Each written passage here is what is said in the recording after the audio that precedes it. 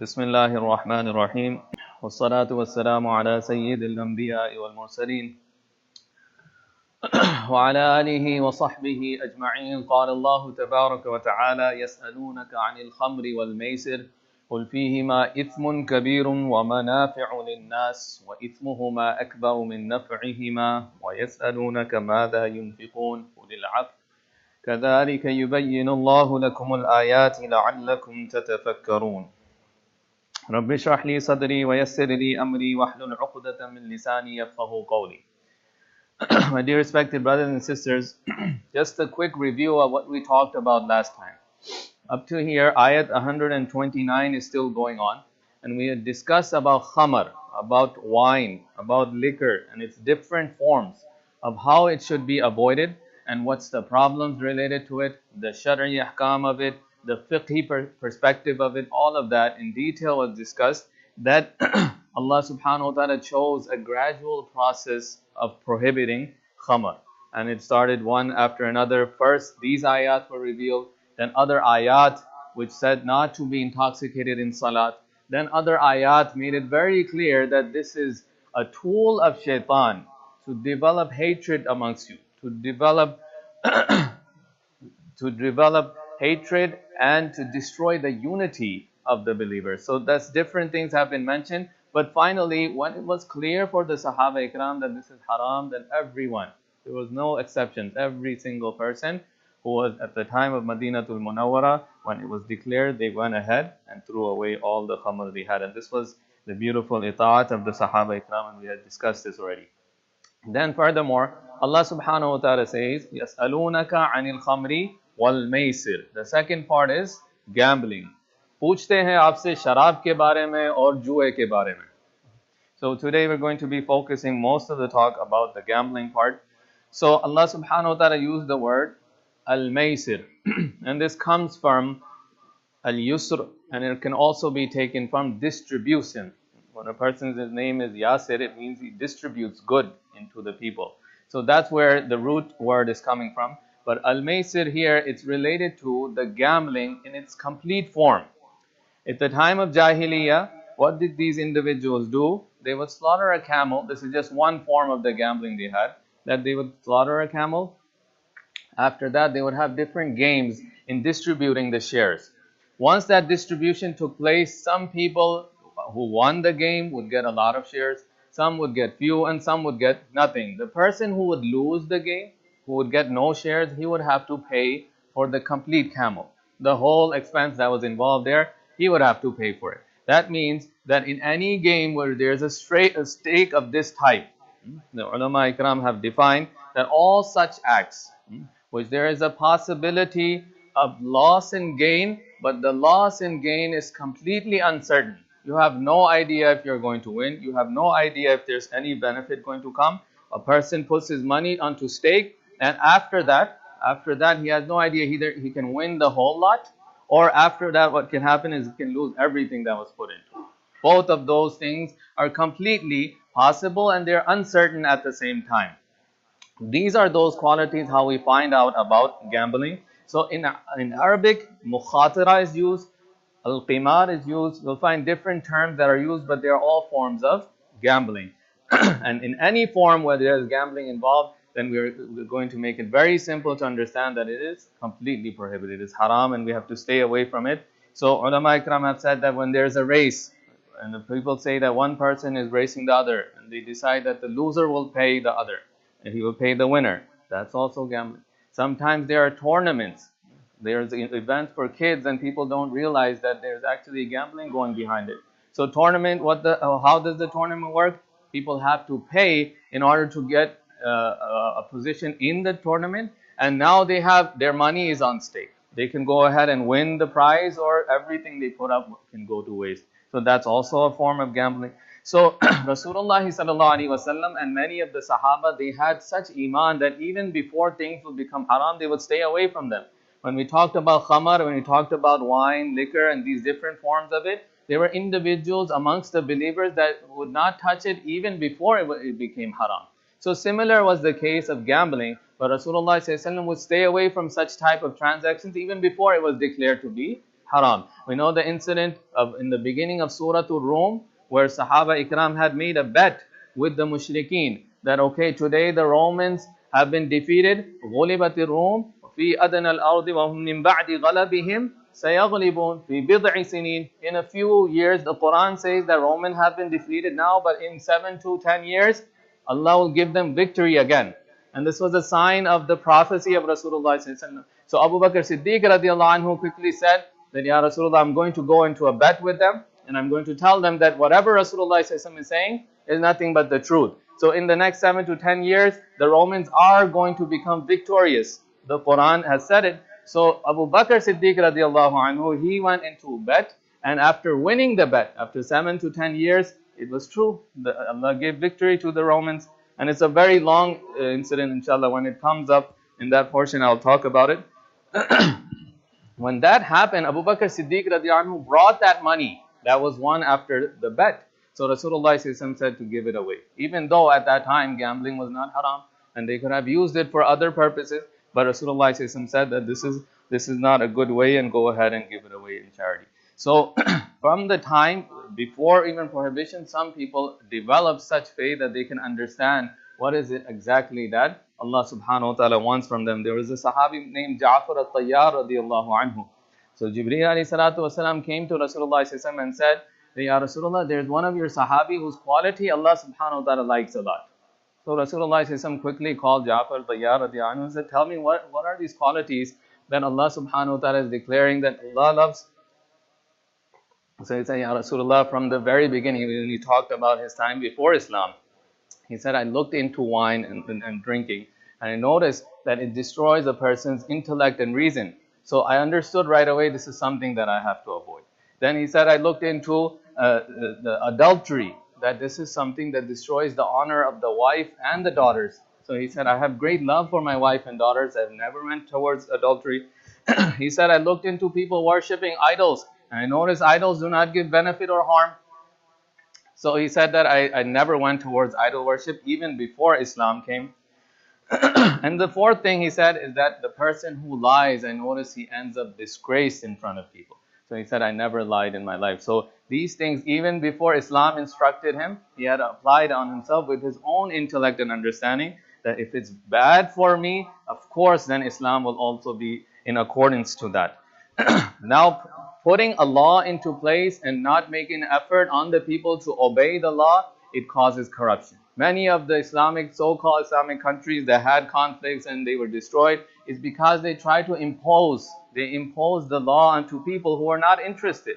So we notice that in the prohibition of alcohol and khamar, what did we find? That Allah subhanahu wa ta'ala used the gradual process to make it haram. So people were mentally being prepared that okay, the law is coming, but you have to also be prepared to follow that law. So two simultaneous effort. One is to implement the law, and second is to prepare people to follow that law as well. So both of those things are instructed here. When we find about khamar wal maisir, then Allah subhanahu wa ta'ala says, قُلْ فِيهِمَا إِثْمٌ كَبِيرٌ وَمَنَافِعُ لِلنَّاسِ. Tell them that in both of these things there is a great sin. وَمَنَافِعُ لِلنَّاسِ, and some benefit for mankind. कह दीजिए कि इन दोनों चीज़ों में, खमर में, शराब में और जुए में क्या है? बहुत ही सख्त गुनाह है, बहुत बड़ा गुनाह है. وَمَنَافِعُ لِلنَّاسِ, और लोगों के लिए फायदे भी हैं.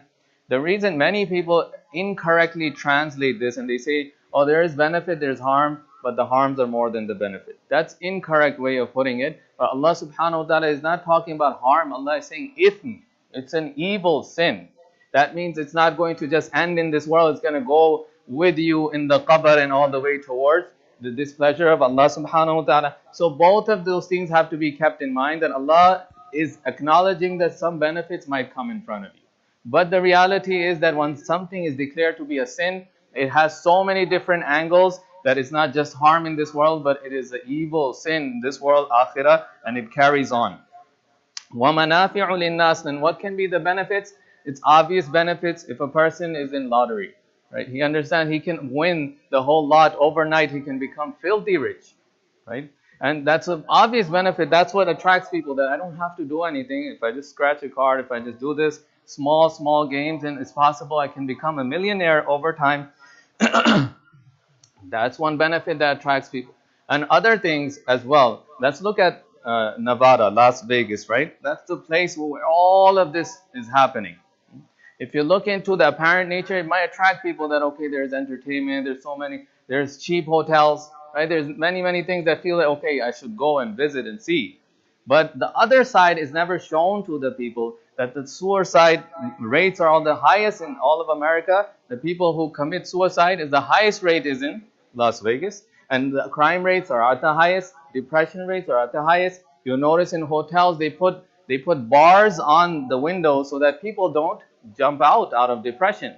You see that so few years ago, they had announced that any student in high school who have achieved an 85 percentile or higher, we're going to give them free scholarship. And also they don't have a state income tax. So there is some place where all this benefit is coming from. So, and that is the gambling part. That they say that there's many benefits to it, and we're trying to move forward with it.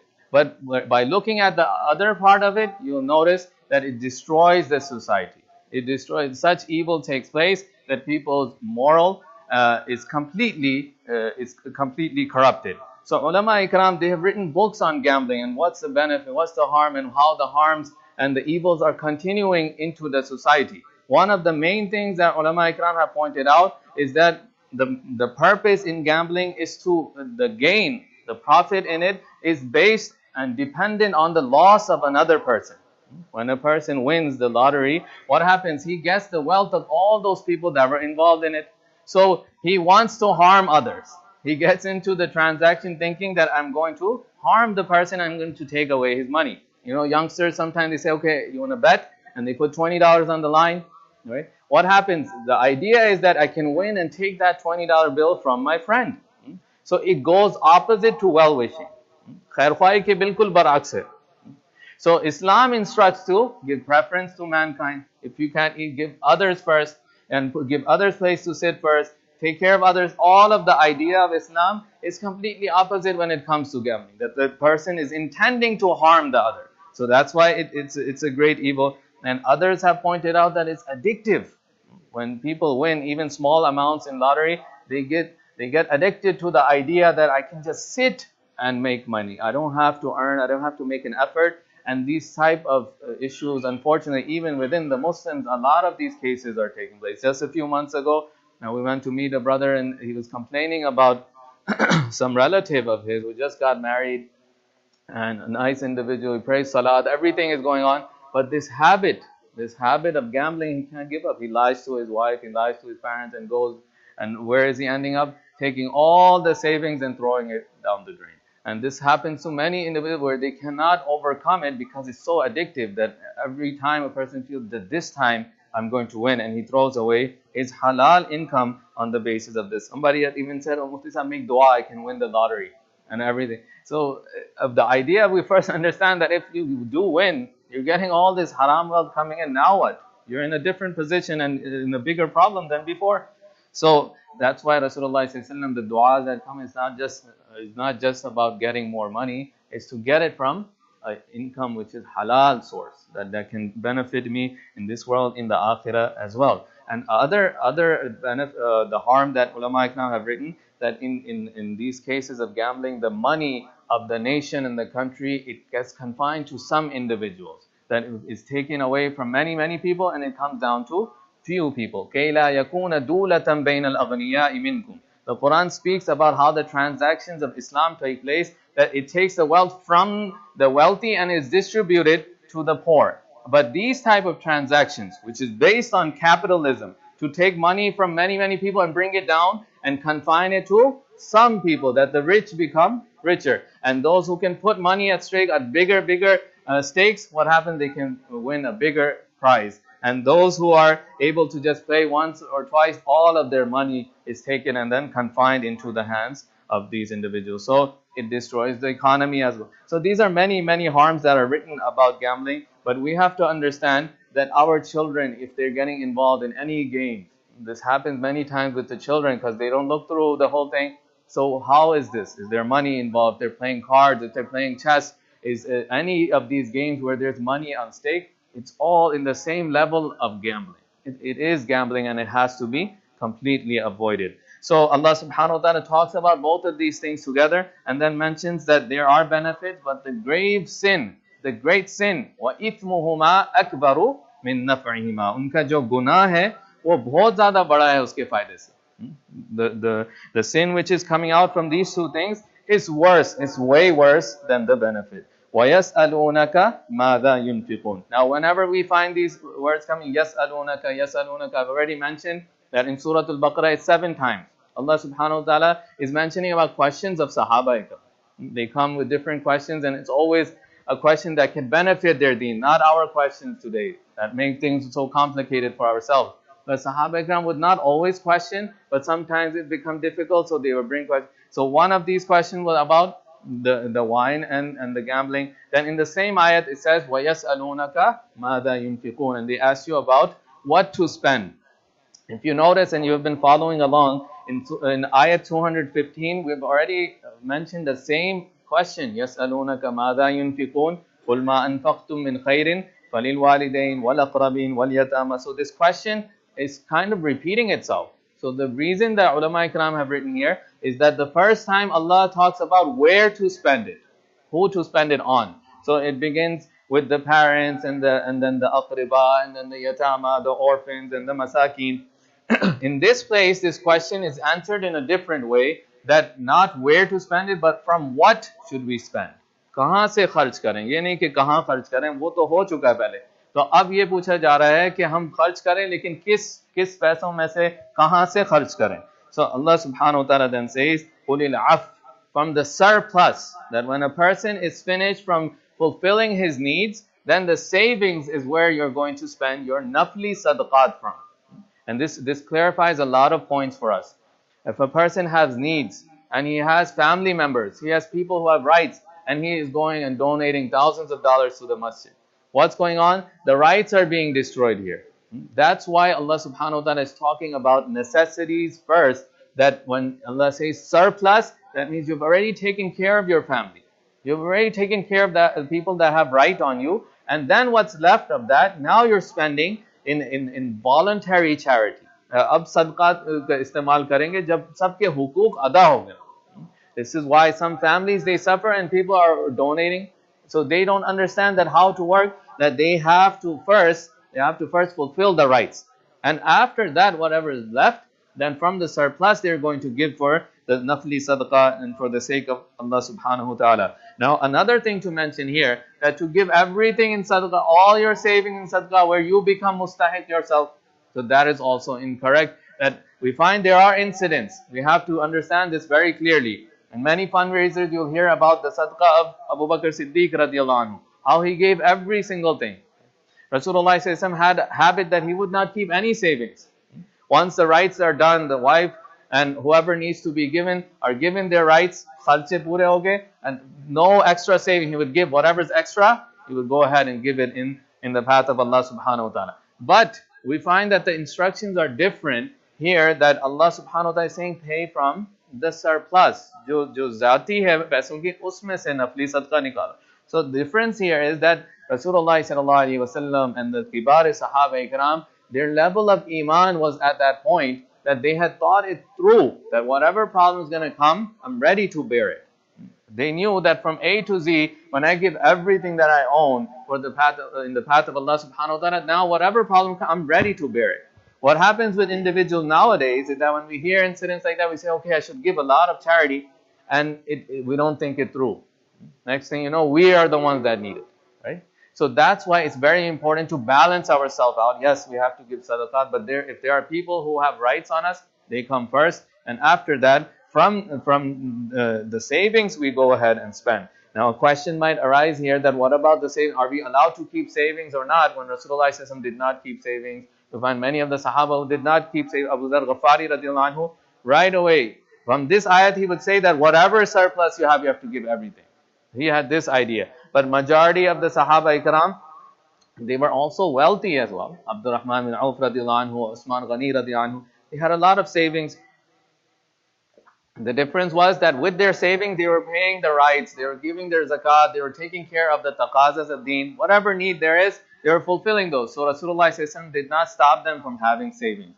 So that's where we learn for ourselves as well, that yes, we can have savings and we can think about the future, but make sure that that wealth is not kept and accumulated in a way that we have not fulfilled the rights of Allah and the slaves of Allah subhanahu wa ta'ala. These two things are fulfilled, then if Allah is giving barakat, then we should go ahead and accumulate and think for the future. There's nothing wrong in doing so. قُلِ الْعَفْوَ كَذَلِكَ يُبَيِّنُ اللَّهُ لَكُمُ الْآيَاتِ لَعَلَّكُمْ تَتَفَكَّرُونَ. Now, there's one connection here as well, that first Allah subhanahu wa ta'ala has talked about the wine and gambling, and then Allah subhanahu wa ta'ala talks about what to spend. So it might seem that why is Allah subhanahu wa ta'ala talking about sadaqat right after wine and gambling? One more connection we can understand here is that when people stop gambling and when they stop using their money for haram sources, then a question might arise in their mind, then where should we spend the money that we have? So that's the connection there, the logical connection, that okay, Allah is stopping us from gambling. Allah is saying don't use your money on wine either. So there is going to be money accumulating. So where do we spend it? And that's the logical connection here, that right after that, the question comes that, okay, where do we spend it? And then Allah subhanahu wa ta'ala says, كَذَلِكَ يُبَيِّنُ اللَّهُ لَكُمُ الْآيَاتِ لَعَلَّكُمْ تَتَفَكَّرُونَ. And this is how Allah subhanahu wa ta'ala clarifies for you His ahkam, His ayat, so that you may ponder. لَعَلَّكُمْ تَتَفَكَّرُونَ فِي الدُّنْيَا وَالْآخِرَةِ. Now, at تَتَفَكَّرُونَ, it's better to connect when we recite from there, تَتَفَكَّرُونَ فِي الدُّنْيَا وَالْآخِرَةِ. This is how Allah subhanahu wa ta'ala explains His ayat, so that people ponder over fid dunya wal akhirah, the mu'amalat of this world and the akhirah. It's connected with the next verse. وَيَسْأَلُونَكَ عَنِ الْيَتَامَى. Now the question comes about orphans. Now this is because Surah Al-Baqarah has so many ahkam, that's why it's taking a longer time to explain each of this masla. There's a translation, there's a tafseer, and then there's the fiqh aspect of what's halal and haram. So here, now the next question that's coming up is about orphans. Rasulullah ﷺ had encouraged that ana wa kafilul yatim kahatain. Rasulullah ﷺ said, me and a person who takes care of an orphan are going to be like this in Jannah. And the Prophet ﷺ took his index finger and his middle finger and said, this is how close we will be. So Sahaba Ikram would take care of orphans. They'll find out who doesn't have parents, who need, and they would take care of. But then other ayat were revealed that if you use their wealth incorrectly, you are putting fire into your belly. That if this orphan has wealth and you take the orphan to take care of him, you're also using his wealth. So now there's a problem there. You're using it incorrectly, unjustly. So because of that, Allah subhanahu wa ta'ala mentioned ayat in Surah An-Nisa that those who use the wealth of the orphans incorrectly and unjustly, they're putting fire into their belly. So Sahaba Ikram came and they asked, Ibn Abbas radiallahu anhu says that Sahaba were asking about orphans, that okay, we are taking care of them, but sometimes the wealth does go here and there. What should we do? And it got to a point, remember the Sahaba's itaat was a very high level. So they knew that if there's a chance that fire is going into my belly, I have to be very cautious about this masla. So with the orphans, they would buy separate food with their money, and if it was cooked separately, it was fed to them separately. It got to very extreme levels. Let's say if an orphan child is eating, they will make sure it's coming from his money, and after he is left the food and there's leftovers, nobody would eat it. They would say that this is the food of orphans, we should not take. So they got to very extreme levels in their understanding, and they said that it's so much difficulty taking care of an orphan.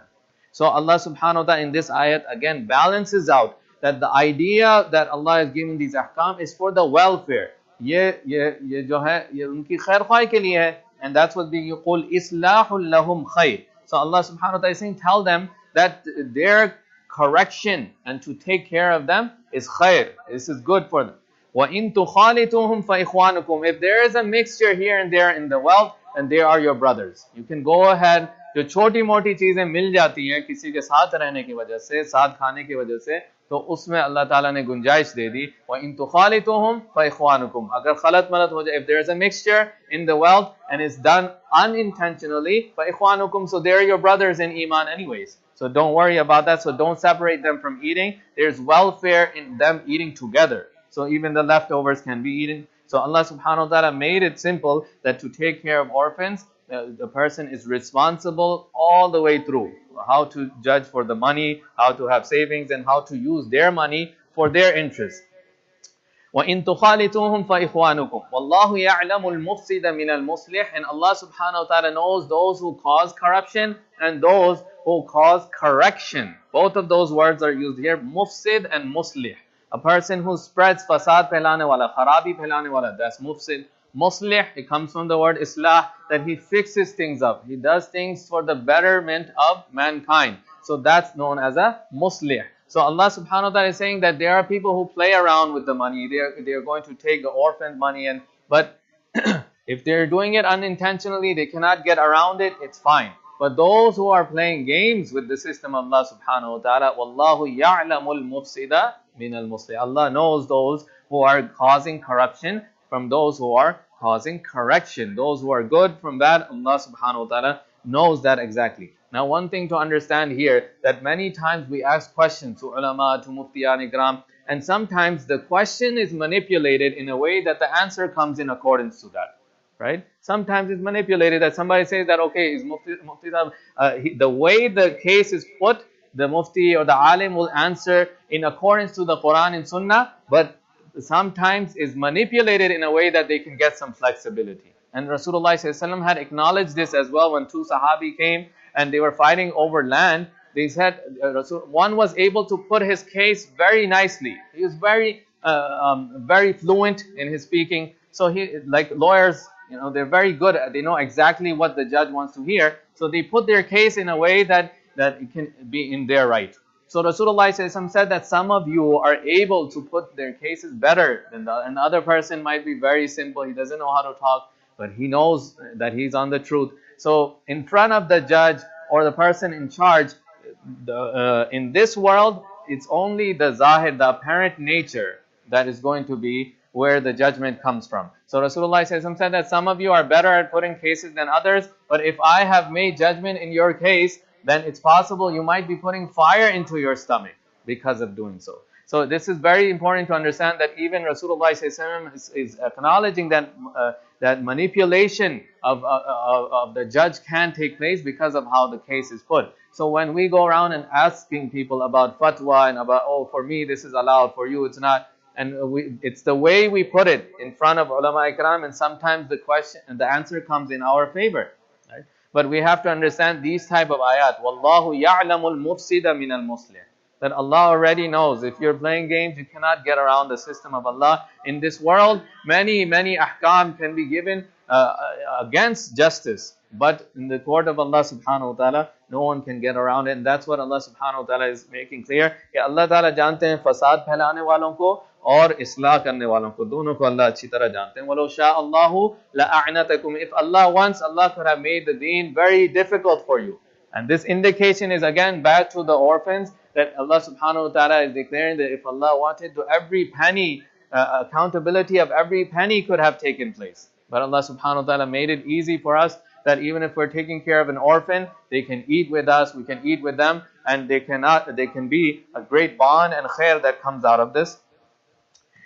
Inna Allah azizun hakim. Indeed, Allah subhanahu wa ta'ala is mighty and wise. Beshak Allah subhanahu wa ta'ala zabardast hikmat wale hain. Now, we should have understood it in Urdu as well. وَيَسْأَلُونَكَ عَنِ الْيَتَامَى. पूछते हैं आपसे यतीमों के बारे में. قُلْ إِصْلَاحٌ لَهُمْ خَيْرٌ. आप कह दीजिए कि उनकी इस्लाह करना ये बहुत बड़ी खैर की बात है. وَإِن تُخَالِطُهُمْ فَإِخْوَانُكُمْ. अगर खलत मलत हो जाए पैसे उनके साथ, तो वो आपके भाई हैं. वल्लाहु यअलमुल मुफ़्सिद मिनल मुस्लिह. अल्लाह जानते हैं फसाद खराबी फैलाने वालों को और इस्लाह फैलाने वालों को, इस्लाह करने वालों को. वलो शाअ अल्लाहु लअअनतकुम. और अगर अल्लाह चाहते तुम्हारे लिए मुशक्क़त भी दीन में पैदा कर सकते थे.